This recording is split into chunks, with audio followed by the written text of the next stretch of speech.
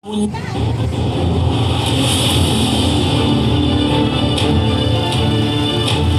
madaling magalit, nagbubunyi ng kamangmangan yun. Kaya yung may pag-ibig, mahinahon yun eh. Yung kahinahunan, isang virtue yun eh. Katangian ng isang tao yun. Hindi lahat ng tao merong ganon. Kaya nga ang Kristiyano, dapat na yung virtue na yon ma-acquire natin. Maraming mga virtues na itinuturo ang Biblia, gaya ng pag-ibig. Sa loob ng pag-ibig, maraming virtues na nakapaloob. Ang pag-ibig, mapagpahinuhod. Ibig sabihin, madaling mapahinuhod. Madaling magpatawad, madaling makumbinsi, hindi matigas ang puso pag ang tao may pag-ibig. Ang pag-ibig, magandang loob. Virtue yun. Ang pag-ibig, hindi nananaghili, hindi inggitero. Ang pag-ibig, hindi nagmamakuri, hindi mapagpalalo, hindi nag-uugaling mahalay, hindi hinahanap ang kanyang sarili, hindi nayayamot. Ayun. Yung kasing mayayamutin, magagalitin yon. Hindi mahinahon ang pag-iisip nun. Ang taong magagalitin, hindi mahinahon. Dapat mag-isip na may kahinahunan. Ang sabi dun sa 12:3 ng Roma, sapagkat sinasabi ko sa pamamagitan ng biyaya na sa akin ay ibinigay sa bawat tao sa inyo, na huwag mag-isip sa kanyang sarili ng totoong matayo kaysa nararapat niyang isipin, kundi mag-isip na may kahinahunan ayon sa kasukatan ng pananampalataya na ibinahagi ng Diyos sa bawat isa.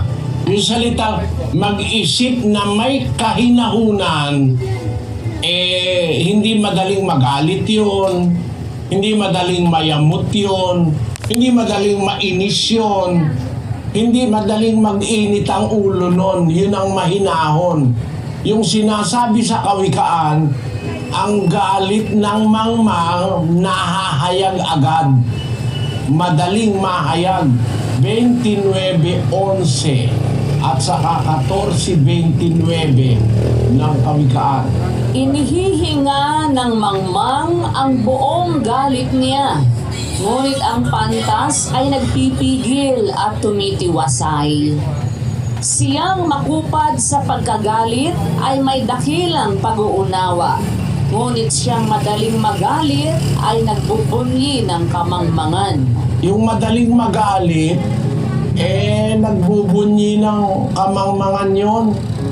Kaya yung may pag-ibig, mahinahon yun eh. Kung mag-isip, mahinahon. Hindi basta nayayamot, hindi basta nagagalit yung may pag-ibig. Yun mga virtues sa ilalim ng pag-ibig. Kaya kung mag-aaral ka ng pag-ibig na nasa Biblia, kapatid, magiging mahinahon ka. Bawa, kagalit-galit yung ginagawa ng isang tao, meron kang virtue ng pag-ibig. Mahal mo yung kapatid mo, mahal mo yung kapwa mo, hindi ka basta magsasalita ng makakasakit ng damdamin ng kapwa. Magiging makupad ka sa pagkagalit. Magiging mahinahon ka. Kasi ang galit ng mangmang agad nahahayag, sabi sa Biblia. Kaya kilalang-kilala mo yung mangmang, madaling magalit eh. Galit agad, nakasigaw agad, nakasinghal agad. Kung magsalita, walang pag-aalaala sa kapwa-tao kung masasaktan ng kapwa o hindi. Ganun ang mga mangmang.